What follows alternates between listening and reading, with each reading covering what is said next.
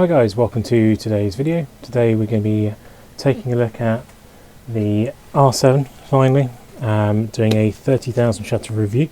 I'm also finally filming as well on the R10 for the first time, so let me know what you think of the image quality we're getting from that right now. But yeah, let's talk about the R7, the good, the bad, what have I enjoyed, what I wish it did have, etc, etc.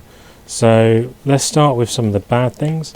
Number one is slightly petty, but the build quality of this eyepiece is terrible. After a couple of weeks of using it, it started to crack already, and now I'll do a sort of a close-up on the other camera, but this is now absolutely falling apart, and I'm having to replace it pretty soon. I've got 9 1Ds out there in my display, and all have the original eyepiece if I haven't needed it changed. So it's a bit disappointing to see that really, that's gone already like that.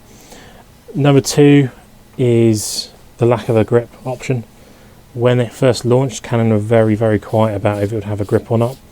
So I pre-ordered this within an hour of it being launched, just because of the price point and me wanting to get a mirrorless camera to try.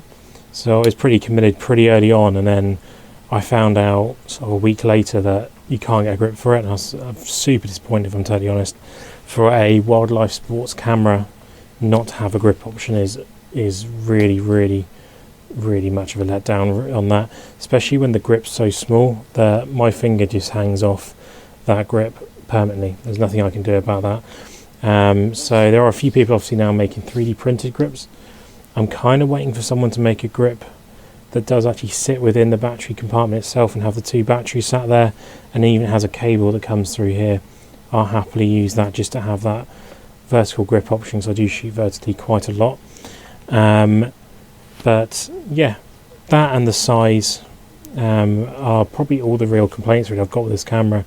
Another sort of major one that I've kind of come across, which is very niche because of the photography I do with the zoos, is if you're shooting through glass, it'll give you the all go ahead that it's in focus, eye tracking, everything perfect. And you'll look at those photos later on and you'll find they're ever so slightly off unless you're straight on through the glass. So I've tended to shoot in like a custom DSLR mode where you just have that center focus point. I don't seem to have a problem like that. It's just a bit of a shame because you've got the eye tracking, you've got so much physical stuff in here that it's a shame that you can't use it all the time.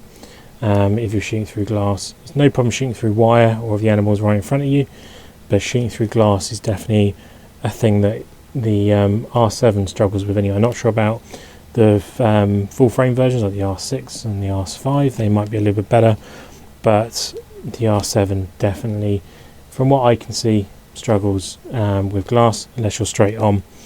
But apart from that, they're the main sort of gripes I've got with the camera itself. So let's have a look at the good things. You've got an amazing Shutterburst on here, 15 frames a second on mechanical, which is just absolutely incredible. Like I have only used the electronic shutter once at a wedding, and I took about 1,000 photos. I did that for silent shooting rather than anything else, which worked fine for that environment. But for wildlife side of things, it's definitely, in my opinion, mechanical at the moment. Until you get like a global shutter, you get a really fast refresh rate, like on the R3. Even then you still get blur where the processing of the sensor can only go so fast on electronic. So I always shoot mechanical.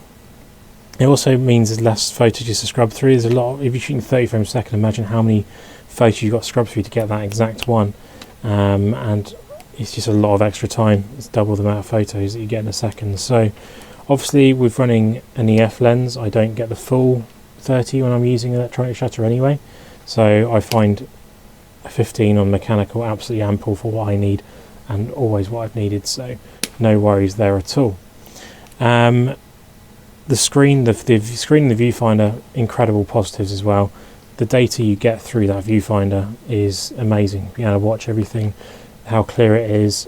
I don't find the refresh rate that bad. There's obviously people who've used the R3 and the R5 who then complain that this is a slow refresh rate. I've not had a problem. I'm coming from DSLRs, so for me this is incredible. When I first looked through it, I was like, wow, look at all the data you get through this, and watching that tracking and everything go through. So for me, though, that and the review quality of the photos you get is almost exactly what you get when you look at a DSLR. When you're looking at the 1DX and the 1DX Mark II, the photos won't look quite what they do on the back of the screen when you get to the computer and start editing. So that's always something that's always been a bit, you got to sort of look at it. It's way closer on the back of this screen to what you actually would get naturally as well. So that's really good to see. And finally, just having that tracking. When you're not shooting through glass, you're shooting through wire, you're shooting with the animal, nothing in front of you, the tracking system in this camera is absolutely incredible. Like, it's by far the best tracking system I've used, and the way you can just focus on a subject and then recompose and you know that's going to be in focus is just amazing, and something that was a real treat for me to kind of see and use for the first time, and kind of almost slightly reinvent how I take photos. I still use DSLR quite a lot, so I have to kind of have that forward thinking that when I do go back to that DSLR, I don't get the same as what I do on this. So it is really, really good though. If you're looking for a basic wildlife camera, like straight out of the box, that will do what you want it to, and you don't want to spend the same sort of pro money on a R3, R5, even an R6 Mark II, which is quite a bit more than what this is here. It's an incredible. You've got the APS-C sensor, and you've got everything that you would ever need, so you're a little bit closer to wildlife. You've got that frames a second, you've got the fast cards in there, you get all the stuff that you would expect to have. So really good. What I'm going to do now is we'll have a look at some of the photos I've taken on this camera, and I'll go through and review how the quality is, and what I'll even show you some of the misses if you want, so we can kind of look at where it has missed through glass, where it should be super sharp. If I was shooting for a DSLR, the photo would have been sharp. So we'll look at those now, and then we'll go from there. So catch you in a second. Okay, so the first photo I'm going to show you is through glass, and this is what I'm kind of saying about with the fact it can miss. So this was telling me through the viewfinder that we were totally locked on the eyes. As you can kind of see, we are pretty much slightly out of focus the whole way across the face, even though according to the camera itself it thought it was in focus. Now this is because I wasn't straight on with the glass. That's going to be a major thing with it, and that's just majorly it. So you've got to make sure with a mirrorless camera using eye tracking that you're straight on with the glass, or else it will think and tell you that you're in focus when you're not. But this photo here shows this is through glass as well, and you've got an obstacle in front. This shows you that the eye tracking, if you're dead on flat with the glass, you can get a super sharp image. These eyes are as sharp as you could ever get them, really. And it's through glass, they're in focus, and you've got a leaf in the way, so it's had to negotiate the leaf being there to get these eyes, but it's managed to do it, which can be super frustrating with the camera. And that's one thing that I did get really frustrated with when I first got it, that there was photos it was missing and that I personally felt like it shouldn't be missing. And this is an example of photo you can get with no glass, no wire, anything. This is straight on through. Eyes are perfectly sharp and in focus. This was taken with the 300 f2.8 at 2.8, so you've got nice sort of blurring out the background there quite naturally, but the eyes super sharp, and this picked up without a problem. There was no obstacles, no glass, no wire, straight at the animal. And as a physical wildlife camera, if you're shooting proper wildlife photography, no problems at all I can see with this camera. And finally, another example of shooting through glass but straight on. This is one of the tiger cubs when it's a couple of weeks old at London Zoo, and it's actually picked up the eye. So this is with the 70-200 2.8. It's picked up the eye, it's focusing the eye perfectly. You can see the hand is in line with the eye, so that's nicely in focus too.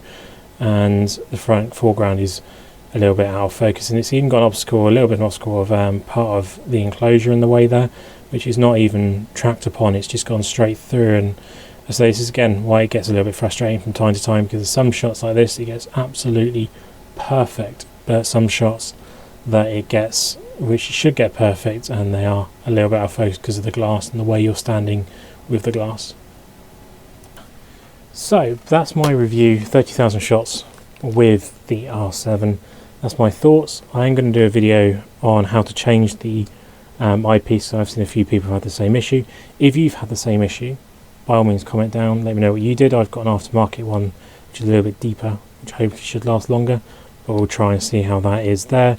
Let me know your thoughts if you have an R7 as well, just so I know if I may be doing something wrong with shooting through glass maybe, and you guys aren't having a problem. Let me know what you do to shoot through glass if that's what you're doing.